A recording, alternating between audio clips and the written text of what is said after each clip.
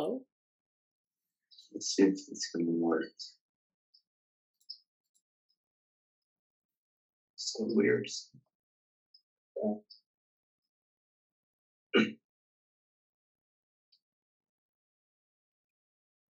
Excuse me. Hello. I'm seeing, I don't know if just these updated or is it it's me, but like I'm seeing all these different like speech. Like it's actually presenting me with like what stuff is going on, but also like I don't know why. Okay, no, okay. Yes, I want to disconnect from this. Like my devices are trying to connect, and I'm seeing the different like feedback, or like volume indicators. Anyway, Okay. not important. It's just I don't know if it's just the update or just because I'm using different stuff. Anyway, how are you? Hi, Okay. Sarah. How are you doing? All right.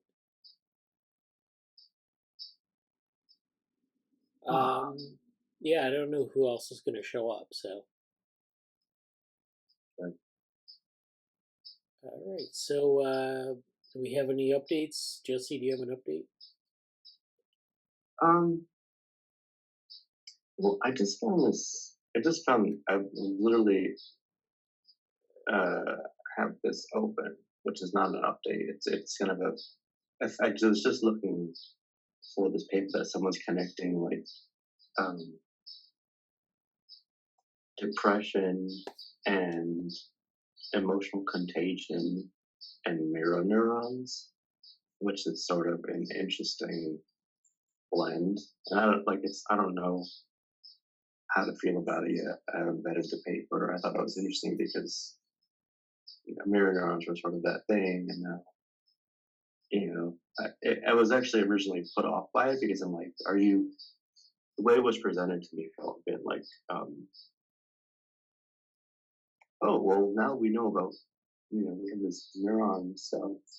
It felt like it was overly justifying some like because we have this neuronal based theory that like the environment doesn't matter as much anymore. I was like, well, but I don't know. I don't know. I haven't read the paper. I just saw a discussion, which maybe was biased by the people, the source that I saw it from. Outside of that, here we go. I finally found the paper, just like this share here. My updates are basically, finals related, nothing that interesting. But it is a lot of. It's been a very, very interesting term in the sense of I'm taking one course that's the most technically involved and cumbersome, and another course that's in another way like the most directly applied course as far as communicating and dealing with ideas around data. And it's really interesting to see them juxtaposed against each other. But I'm glad I've taken both of those courses, and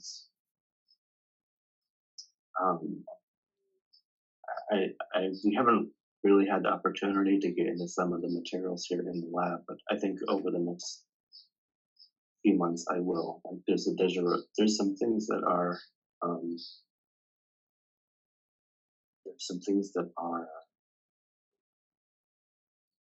I'm gonna move for in a second. I'm sorry. Get out of here. There we go. There's some very interesting things because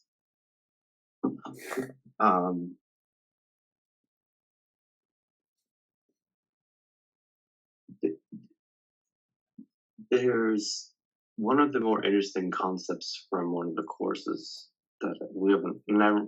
It's come a while ago, but I'm mentioning here because we sort of had potentially time this morning to talk about it. Is it harkens to a lot of the things we've talked about in Cognition Futures and Cybernetics group, basically about the role of computation. And coming before the course, my sense was computation and sort of its role, like the dominance of it in what has been, I guess, mainstream cognitive science, and cognitive science and its influence related to like psychology and sort of this mechanistic testing and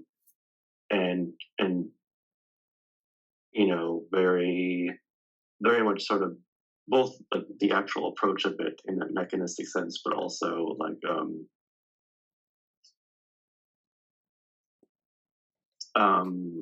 it's just even at a broad level, like the analogy of the mind is the machine and so on, and likening it to this computational machinery. I kind of have been of this sort of relative, I don't want to say bias, but sort of I've just been wondering what, like, my sense of how to involve computation in doing some things that matter in maybe more normative ways, or in terms of, I don't know, like I'm not being very articulate about this right now, so I apologize for that.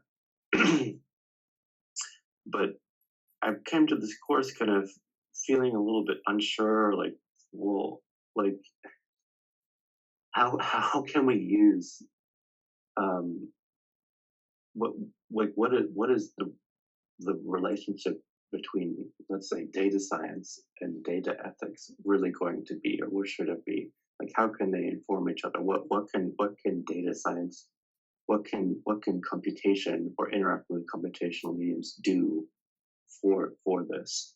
And I guess I was coming into it from a very skeptical perspective. Um, uh, and where I am now, I just did a terrible job of trying to do a, how it started, how it's going. So basically, how it started is just sort of uncertainty and skepticism, and like what is there to be? What is the work that can be done on some problems that I'm concerned about using like byproducts of computational things, like data, but also like how do you relate to that? And where I am now is basically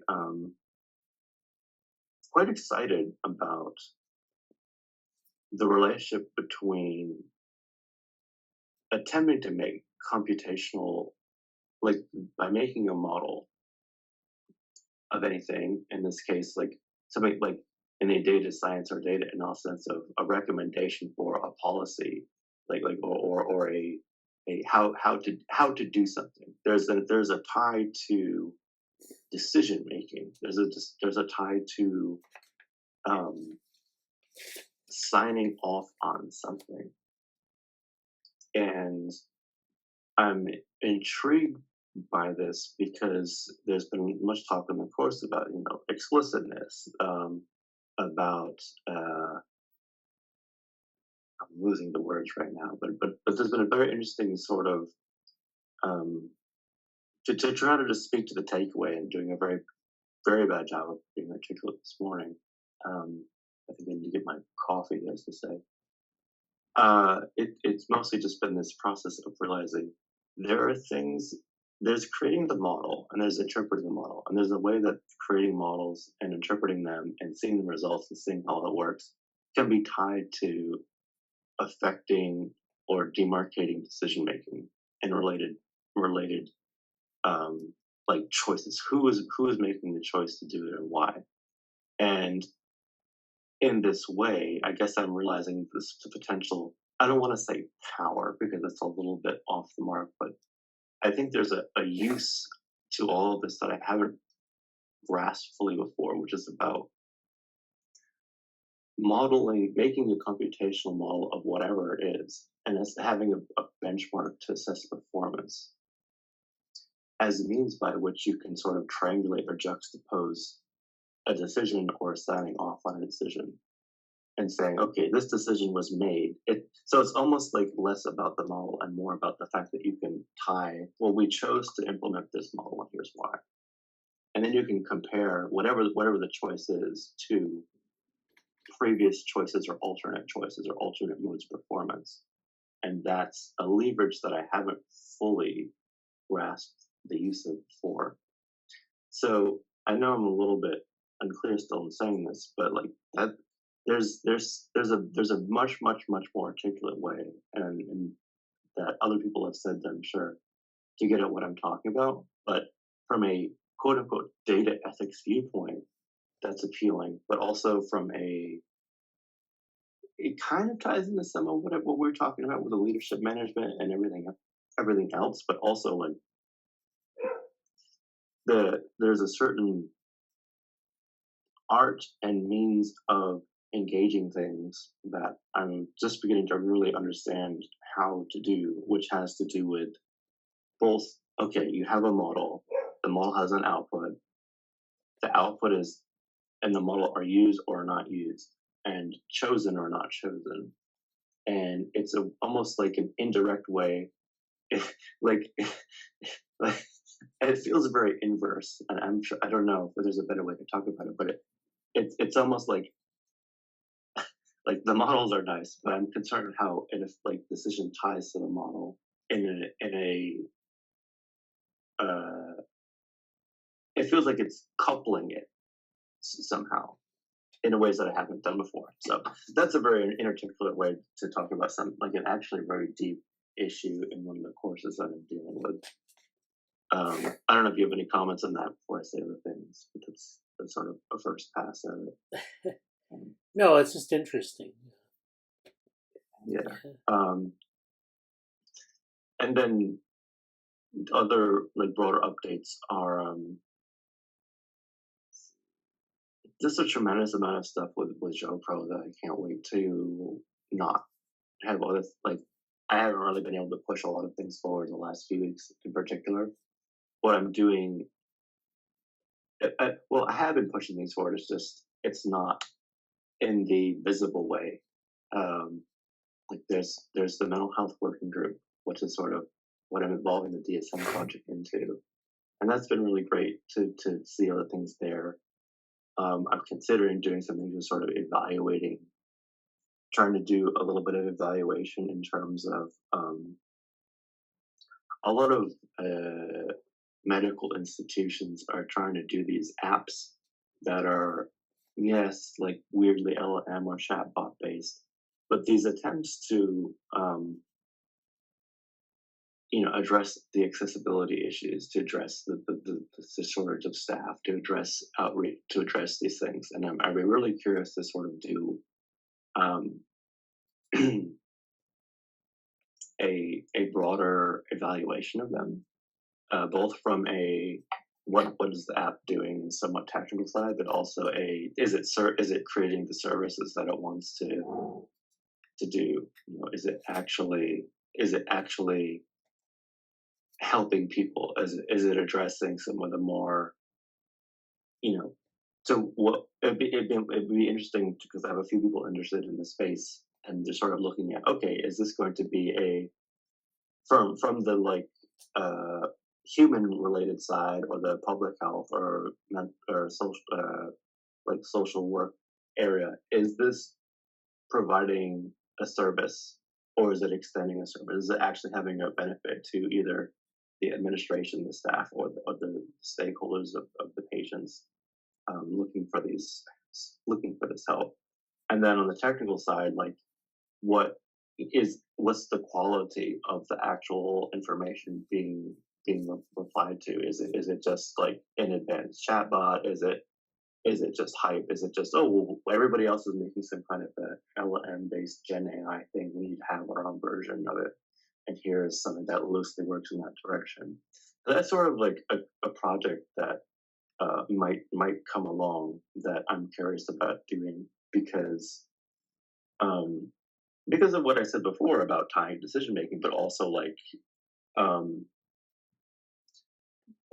one of the like there's a I don't know if I want to go down this road, but in the future I could see a very interesting like career path essentially being in this sort of evaluatory space of what is it doing, like and what is this thing is attempting to bridge uh, is it technically achieving what it should do, and is it hitting the mark for the actual like real world problems within the domain?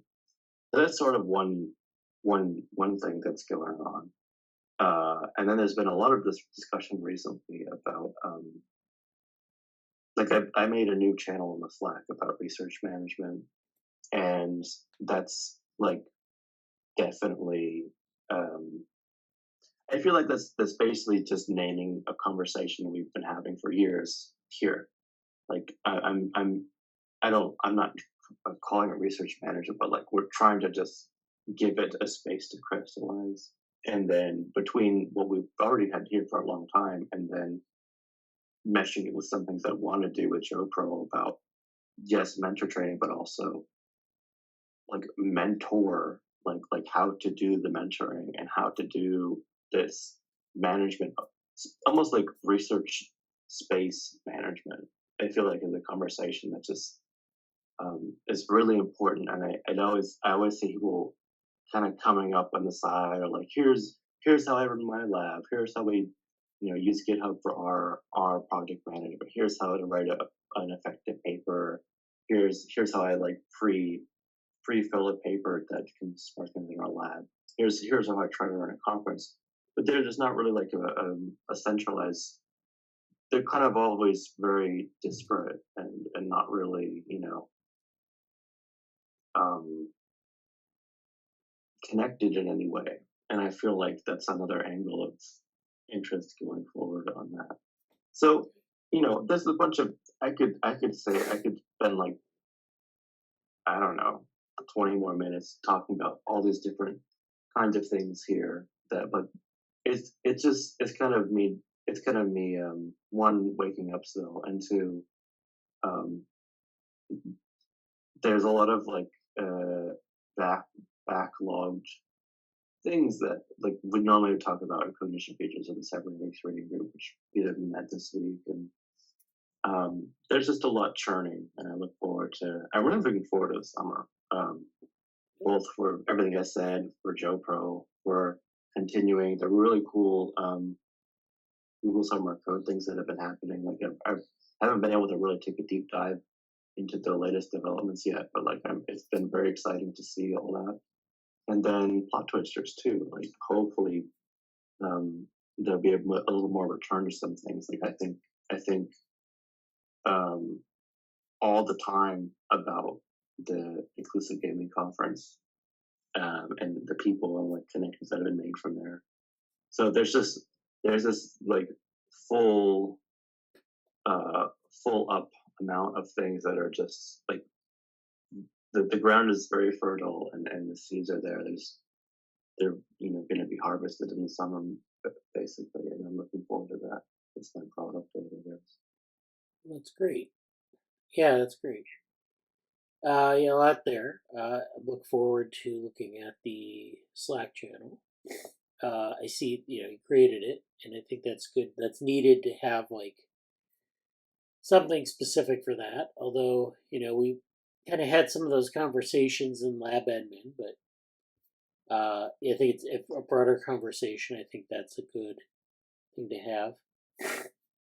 I've been Oh thinking yeah, like about, yeah, specifically for the lab, that's been like for in like I think lab admin's been a little bit more like how are we running our lab, right, but yeah, exactly we've been having the conversation for a long time, and I think like I don't know if that's I guess I'll put it this way. I don't know if it's going to be a big, project for Orel to do, but at least kind of a space for us to throw our ideas right now, and I might formalize it a bit more as it right, goes along. yeah. Yeah, I mean, and then, there's a lot of kind of tie-ins between research and project management. So we talked last week in the open source meeting about the um, Wojtek Lab and their approaches to things. And then, of course, with data science, we have these pipelines where they kind of fit into research management kind of implicitly. Uh, and I know that's something you're interested in. So, but there are other kinds of like, management of resource like references and resources for doing things, and those are things we could talk about as well. Um, yeah. There's Paola. Hello. Hey, hello, can you hear me? Yeah. Mhm. So I think today I'm just maybe we'll wrap it up like in about 20 minutes. If Paola wanted to give an update, then we can finish up, and then I'll Keep it short. I have had a terribly busy week. I mean, terribly in a good sense. I'm trying to finish two posters. Did I tell you about the two posters I'm working on? no. I have two posters at the conference called Brain. Oh, I forgot. My mind is fusing together. It's called Brain something, and it's a big conference. I mentioned it a few weeks ago, and Morgan picked it up, and he said, "Oh yeah, I want to go because I'm in the area that week." And I have two posters. I will share them with you later. I didn't want to overload you now. And it's nothing big, but it's important. I started enjoying having posters because I don't know. At some point I thought I started looking down at posters. I thought they're for students, right? But it's a good opportunity to, pop into a new environment and show your face and say what you're working on. The poster interface is beautiful. It's called Infinity. It's a platform where you do sometimes you do the poster graphics into the Bradly. You have to download the PDF. And it's a new platform. And it does everything. You just create the poster dynamically online. You speak the narrative into the microphone if you want to say something about the slide, and it's lovely. And finally, they're finished, but they're not finished. They're already enough, and I have a few more days to touch them. Then I am trying to finish a paper. I was invited to a special issue and which is by the end of June, is on explainability of artificial intelligence, which is a bit of a refried topic. I mean, explainability is kind of old, but I think there is still a lot to say, and the key point here is that I think I can try to focus on the explainability of foundational models. So I can go back to that foundation model issue and look at it and say how explainable is the foundation model, and then you realize that yes, the foundation models are everything that literature says from Stanford machine learning onwards. But I have posted a couple of notes in the lab when I had the moment of enlightenment, saying there is the lack of ontological basis of foundational models, in my view, is resulting in possible problems, which are now being fortunately picked up at this LLM conference that I am attending. Are you guys attending the large language model conference? No. Where is this?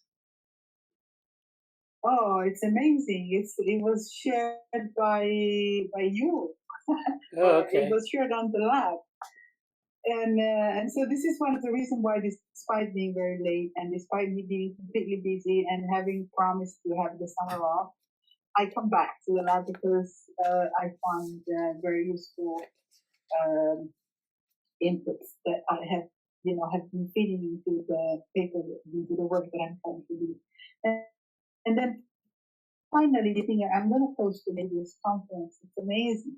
It's amazing, and it's all being videocast on YouTube. So even if you're not online and watching it in real time, you can pick up all the talks. There's like 10 days of talks in large large of language models. And there are people talking like Wolf, Wolfram's going off, crazy, Wolfram, amazing guy. But I was just listening to him. It's, kind of something is happening for him, and he's having, enlightenment. And then there's Melanie Mitchell from the Santa Fe and lots of other people that we want to know about. So I will post a link so you can watch later. But the thing I want to tell you is that have you had the chance to look at my abstract, by the way? Yeah, I did. I haven't really gotten into it though. Did you submit that to the special issue? Yeah, I did submit it. And am I supposed to get an answer from them at some Uh, point? you might. Yeah, you might nudge them, but they'll take a while to respond to you, I guess. But who did you send it to? Where did you submit it? So, yeah, well, I submitted it via the phone and I received Okay. acknowledgement that it had been submitted. So I know it has been sent. But then I didn't take any further action. So I suppose they will say, yes, will I give your abstract, write the paper, or maybe, I'm just, sometimes the abstract is not accepted. Oh, yeah. I suppose they would let me know if that's the case, I guess. Yeah, yeah. I would wait a while, and then if you don't hear back for a while, you could nudge them and see if they're, if they still want to do it. So Do you have anything to say about the abstract itself? I mean, it was written very quickly, yeah, but I took the chance to throw out all the points that I wanted, all the things that I wanted to say. And of course, if it is accepted, we can talk about it whenever you have time and pick out things that we want to develop and drop the things we don't want to develop and have good discussions. But if you have any immediate feedback, that would be great.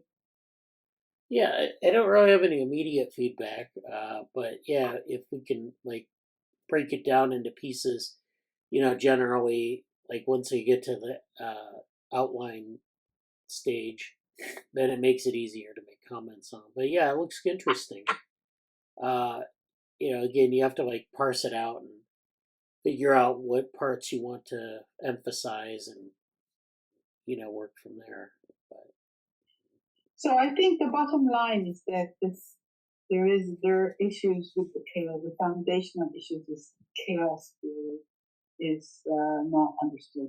I think certainly it is maybe it's not communicated properly, and I don't know. It's just that's very foundational. But let's talk about it as let's hope they accept it, and then we can talk about it and we can develop it in whatever way, the contributors will feel like. Jazz, do you have anything to say about the abstract? Have you had the chance to look at it? Short answer is no.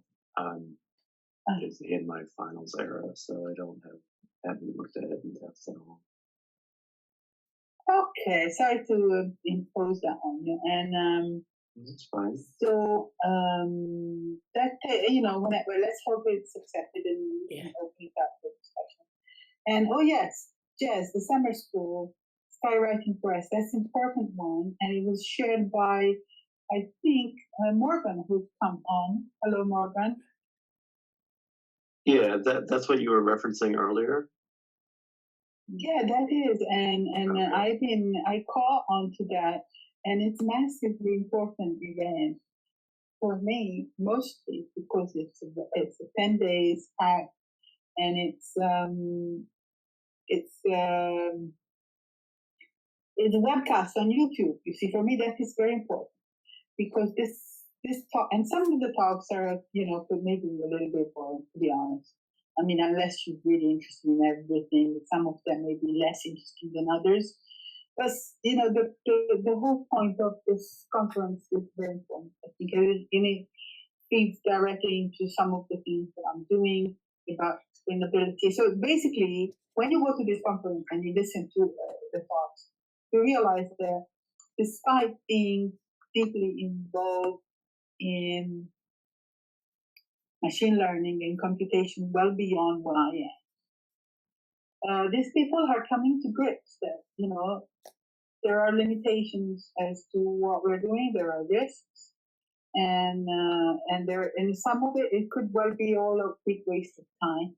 It's good to hear that people. I mean, people are happy to present their work and their results, but I think it's coming out that this machine learning and AI could be a little bit sometimes self-serving. It's an aim in itself. It's an interesting thing to do when people can afford to put energy to learn that. But it is, I think, the state of the art in the field, so it is worth keeping an eye on it. And I think that's it from me. And I will wait for the abstract. For me, the next big thing now is meeting my own deadline in this conference that hopefully Morgan is going to, and and see if this abstract is accepted to work with to it. And if not, still use the paper in some other publication. So thank you for giving me the space to chip in. Oh yeah, no problem. I also saw that you had posted some things on the, uh, I guess, Hussein's idea on ethical feedback and stimulation, and he posted those in the general channel. Hussein. Yeah. Hussein, where is he? Oh, I Well, don't know. let me grab him. Hussein is not here. No, I'm joking. Yeah. So basically, Hussein pinged me with a direct message saying, "Hey, you wanted to have the I suggested it. Hussein put a bunch of very good ideas and said, we'll write paper on this." And I said, well, we need a methodology. Yeah. There is far too much stuff and too many answers. And he DM'd me a methodology which I think is written by either Gemini or ChatGPT. And the way why it is, because now we know that that's, it's like I have done it before you have started to write my pitch. And I'm just encouraging. I think it could be that we need to have a better language model for research paper, but also it's a good start. I mean, it's a great half draft. We now need to drill into those points, which are the two things that the methodology, the paper, the abstract says the methodology should do are not described because the language model is shallow. I have tried to get into the language model and with different things I wanted to them to write for me, and it doesn't go into any level of deep thinking. So that's the human. I mean, you can use that, and then you have to do a bit of work yourself, and then maybe I would also restyle the text because it's now so obvious that that's the Gemini style. It's so recognizable, don't you think? Yeah. Yeah. Yeah. Yeah. It looks interesting. I don't know. You had kind of proposed some things in the post in the Slack, so it looks like there are a bunch of action items in there, and if people want to participate, they can do so. But yeah, we might have to have we might have to devote some time to it where we, kind of walk through some of those things. Sure, but feel free to ignore them because I have very intense bursts of creative ideas. I am I have a hyperactive brain, and some of them are worth noting down. So I put them out.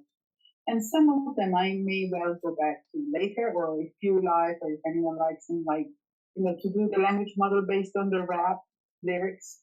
I think that's a mind blowing idea. Whether we have the time to do it or when, that's another issue. But I write it down sometimes just for mnemonics, so that I will remember I said it. Otherwise, it just goes into the bucket of things that are just thought and never actually uttered. So at least it's an utterance. Don't feel that you have to follow on any of the things that I say. I write them for my own record. But if anything stimulates your own neuronal spikes, follow up. All right. Well, that sounds good. Thank you. And I'll take a deeper look at your abstract too, because I mean, I looked at it. I didn't really dig Please into it, do. and but I think the conversation will come like after we, maybe outline it and figure out how you can actually write it out because that's always the way you know, that's always the way it seems to work out. Yeah, yeah. I know Jesse's Yeah, busy with it could finishing. be. I haven't even looked at it again. I just done it there and then. I read it the next day to make sure it wasn't too terrible, at least that they could interpret it. And then, but that's it. It's just there. It's there, and it's there now. It's editable. So even if whatever purpose, feel free to annotate it with thoughts, and it needs a lot of elaboration. And I want to say one thing only that in that paper abstract, I could say that I'm going to write a foundation note, which is probably not in the sense that I don't think we can write foundation by in 3 months without, I don't have the skills to do that in machine learning. But a reference model for a foundation model, yes. So, may have to rephrase and some of the things I set out to do, but at least it gives you direction. Yeah, yeah. It sounds great. Again, yeah. It's sometimes you get overly ambitious, but sometimes there are ways to like kind of.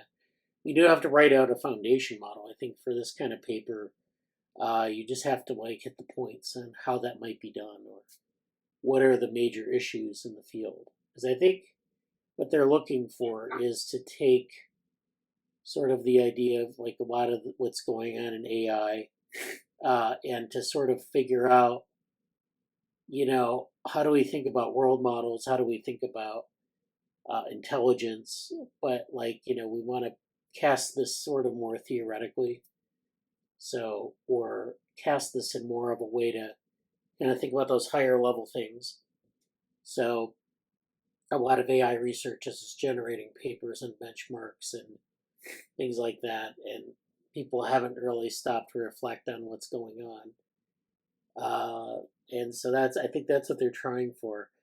I know the call for papers wasn't like really focused, and I think that's kind of why, because it's just really about they want to get some ideas out there, but at the same time you want to make it a very focused effort and say this is what we can do in the future, but we don't have to like build this definitive thing that's you know because it's like Yeah, it's yeah, a no, I special think issue. It's it's not. not feasible. I realize I overstated, but it's just, yeah. I mean, we can try to, if it's interesting and if we have meaningful discussions and can build around it. I think there are some good ideas, and we can go as far as sketching them down as architectural pillars or something.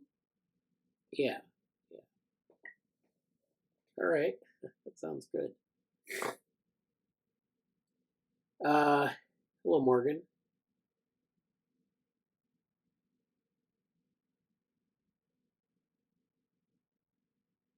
Good morning. Good morning.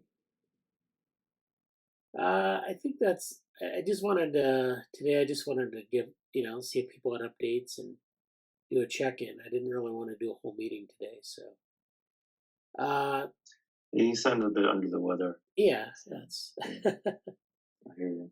But It's okay. yeah, I'm fine. I don't need to say a lot more. okay. Well, anyways, yeah. Well, thanks for giving me updates, and we'll keep going on checking in on Slack. Thanks for creating that new channel, Jesse. Yeah, I'm looking. I'm assume we're gonna wrap up now, basically, right? Like Yeah, as I yeah, said. I think Okay. so. Yeah. Okay. My I closing. also I want to say, oh, sorry, Okay, sorry. go I ahead. want to Yeah, say one go more ahead. thing. I also created a new channel. It's Okay. a music channel. A what? Have you seen it? A Which one? music channel. Music? I created, yeah, it's a soundtrack. Because I don't know you, but music resonates with our brains in a big way. And I find music both stimulating and the response to to stimuli. So sometimes I have some scholarly or work related talks, and some music comes up, and when I share it with people, people seem to enjoy the flow. So I have opened the music channel. I have not asked permission to Jazz, our lab manager.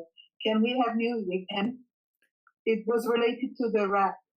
So is it okay if this music is a little bit use explicit language at times? I normally listen to very decent things, including church music, quite a lot. But occasionally there is a rap track, and it's rude.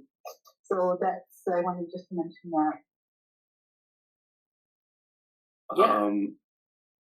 You'll defer to Bradley about the music in general, but um, go, go ahead, Yeah, I mean, Bradley. if there's some research you want to organize around that, that would be fine. Just make sure you invite people to it. Yeah, I I don't was see gonna it. say. Yeah, you Oh, gotta, sorry. you have to invite people to it to start it off because it doesn't Yeah, automatically do that, so people won't know I, it's there. yeah. Uh, I would yeah, I would invite people to it. Like you can invite Bradley and me and whoever if you want to invite people, and then maybe make a brief introduction about what the channel is, and then post it in general, kind of like what I just did with the other one, the research management one. Like you can just explain it or give it some context and let people know about it because people will have no idea unless they go all the way into the channel browser and look for it. So that's sort of the challenge of making new channels in the way that we have Slack right now. Okay, I will do that. Thank you for the advice. yeah, no problem. Um, Yeah, it sounds interesting. Uh, yes, I think there's an appropriate place for as a child of like 90s like what was the 90s gangster rap has a special place in my heart. So but yeah, I'm curious what you do with it, and I didn't get to look at the you made a post about the music project as well, which sounds interesting, but I look forward to looking excuse me, looking at that a bit more in a week or so myself. So it's good. I mean, all the I think the high level message is yes, thank you for doing all this stuff, and you're learning the ways to talk about it in the lab, and I appreciate that you're doing that, and I think I want to encourage you to keep sharing ideas and developing projects because that's something we there's a great space to do that here because we offer a space for that, and eventually the project can develop uh, um, over time. So it's good to do that and encourage that for anyone too watching this that you can have the opportunity to do that too.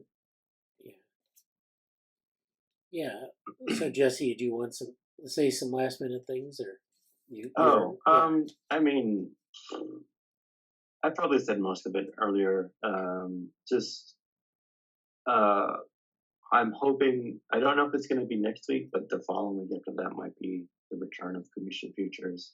Not the return of the map, which is another song, but the return of Commission Futures. Um, is it's still there, and I appreciate people kind of sticking with that. I've been thinking quite a bit about um, how to structure it and to pursue some of the stuff. Like the mainstay will probably still be just the reading group as it has been. But oh, speaking of that, I saw uh, Tom Froze Okay. uh, talking to Levin about eruption theory, and I put that in there. So I haven't gotten to that yet, but I think that'll be in a coming soon attraction that looks fun to get into. Um, yeah, when I have time, I want to look at the. It's nice, as Paula said. The LM Summer School has their recordings on YouTube, and some of them are very good too. Levin's there. Josh Tenenbaum. I really want to look at the Josh Tenenbaum one. I haven't looked at anything with Josh Tenenbaum for a while. And Melanie Mitchell's on there too. Blake Richards or Richards Blake. Um, the names are confusing to me sometimes in the way it's laid out here. And then Wolfram's there, and some many other people. That'll be cool. And then that's pretty much it. I there's other summer plans that are kind of on the verge, but I'm not sure yet. So hopefully more updates for next week. But yeah, I'm kind of coasting into finals land and passing through it, and then on the other side will be a fun summer. So Oh, good. I'm looking forward to that. Yeah. That's all for me. All right. Well, oh, go ahead, Morgan. Yeah, yeah. Sorry, sorry, I was late, and sorry you're not feeling well there, Bradley. Um, the brain organoids was there's a couple things in there. One is just a talk from Mel Lancaster, which of course is required viewing, and really interesting. Um, more of an overview, but she makes some great points, especially about organoid intelligence. So this is how to potentially use organoids as a preprocessor or a processing unit, if you will. Yeah. In a somewhat neuromorphic way, and her point is that what she sees from looking at organoid development is that you've got to grow them a long time before you're going to get anything like network behavior, and I think that's something that's come out in a lot of cases from a lot of groups, but hasn't been really incorporated into the people who are focused on organoid intelligence, which is somewhat of a it's one thing to talk about all these great energy efficiency properties of organoids and things like that, but doesn't Well, thank you, Morgan. That's doesn't sit too well. very interesting. But how long? Well, again, it's going to depend, but I think what it's going to depend on what your specifications are. But certainly her main point is that you're gonna want something that's like in utero time, to get real network properties. Yeah. And which was very much the point of which was to some degree the original point from Alison Moitry and Bradley Wojtek. Right. That's when they started seeing spontaneous oscillations, and you can certainly imagine, or let's not say spontaneous, but in endogenous structural activity, and that would certainly make sense that from kind of neurophysics standpoint, a lot of alpha and things like that are derived once you're starting to see kind of network properties emerge. So that was nice, and just her overview in general about like the state of cerebral organoids as in all things, was always great. I put in another talk there from Alfonso Arias. Oh, yeah. Yeah, I thought that was really good too. It's he for those of us who certainly enjoy Dennis Noble's critiques, if you will, of modern synthesis. Alfonso Arias has a lot of good pushback on that, and he has a lot of respect, but a lot of pushback. Yeah. And I thought that was it was a really nice overview of kind of both his career and the development of molecular biology in the past 30-40 years. Right.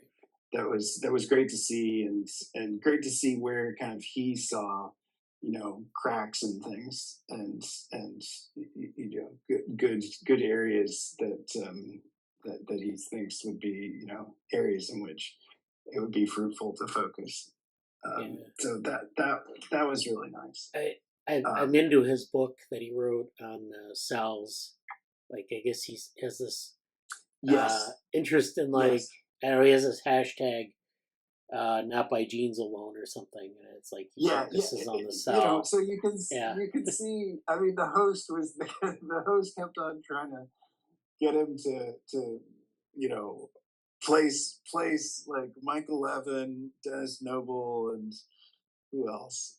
He was like, so where on the spectrum are you relative to these guys? right, right. Which is and like, yeah,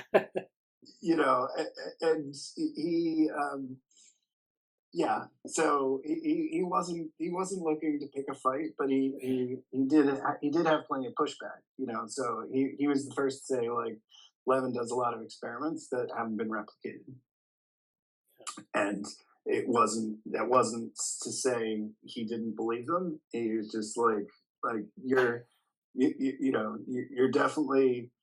you're definitely at the forefront if nobody's even trying to replicate you, right. or Well, yeah, the people who have it, aren't sure that they're doing it right, or they are not seeing the same things. And I think that does it did it's yeah, it should give us, especially with um, just the problems of um, but like even Madeline Lancaster talking about the problems of reproducibility yeah, in organoids. But like this can be without any bad actors. This can honestly be a problem of um, just preps, or different takes on various problems, and that this really does need more. It just needs more people looking right. at it to flesh these things out. Um, and with regard to Dennis Noble, it was definitely like he wants to, this idea that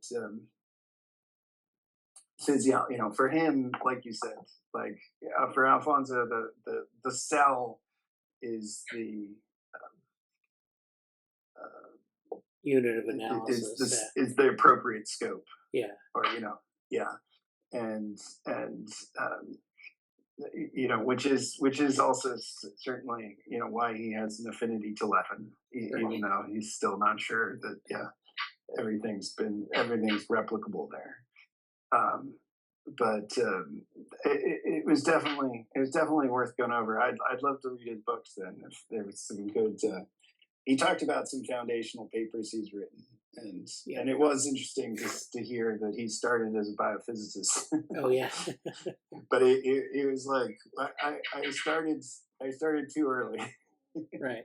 There wasn't enough physics that was relevant, so it sounded like he did a lot of chemistry. Yeah, um, and yeah, there was also just well, one just quick last thing. I saw that Jess had put in something about contagious depression, or contagion in psychiatry is kind of hot right now. And I just wanted to say one thing, which is like it's definitely important to look at. It is I can think of some reasons why, in terms of mechanisms, I think it is important because again, we've the situation that people are put in, where they've got these feelings that they're hard to describe, and so if somebody gets a label, then it's nice to know that you've got a label too, right? um, the one thing I wanted to say was just an analysis that we did a long time ago, which was contagion among psychiatrists in terms of prescriptions. Really? And it seems it's something you can do from Open Prescription, Ben Goldacre's website. and it just relates to the fact that because drugs are trial and error, that you have doctors that have particular prescribing you know go-tos, and they of course pass those on to their students or mentees, and it's like in James Glazier's work, like computational epidemiology is actually widely applicable in all sorts of other domains. Yeah, yeah, that is also of interest. yeah, Like, that kind of contagion model is really I'd like to that comment on that yeah. after Bradley. Bradley, would you want to say something? Oh, I was going to say that sounds like cultural evolution, where you have like yes, exactly. like a mentor and then a trainee, sort of Yeah, copying the practices of the mentor, and that kind of yeah, perpetuates itself. Yeah. yeah, yeah, for sure, for sure.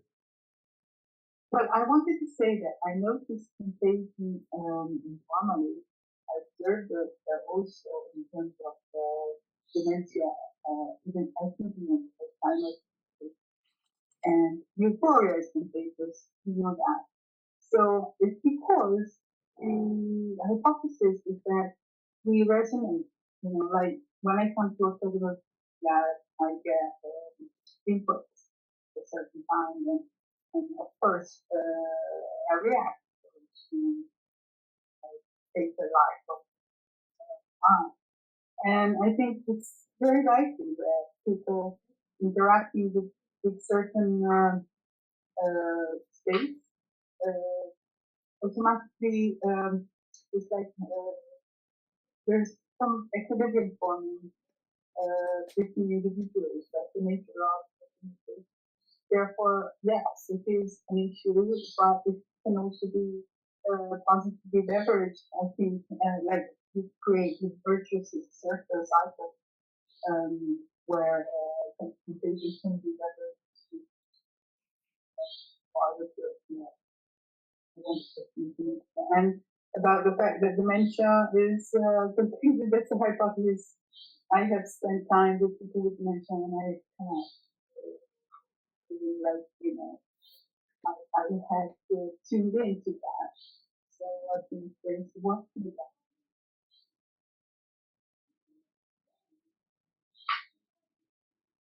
Yeah. Yeah, that sounds good. So, any other comments before we go? just my chat thing. Like I think there's something. Well, I don't really want to get into it now. I think we'll kind of wrap up right now. But if you could post what Morgan was talking about, some of the computational epidemiology stuff and how it translates to other fields. I think that might tie into something I said earlier. So I want to look into that a bit more, talk about it on Slack, Yeah, because sure. it's tying a little bit into, well, in the same way I said earlier. I don't want to get into it again. But yeah, thank you for that, and it's good to talk to you about today. Yeah, Santa Fe Institute did something on that too. Yeah. Okay. Okay. Yeah. All right. All right. Well, yeah. Thanks for attending. I think we'll wrap it up here for today, and Cool. yeah. Have a good week. Take care. Feel everybody. better, Okay. Brad. All right. Take care. Thanks. Bye. Thank you. Bye. Thank you. Bye.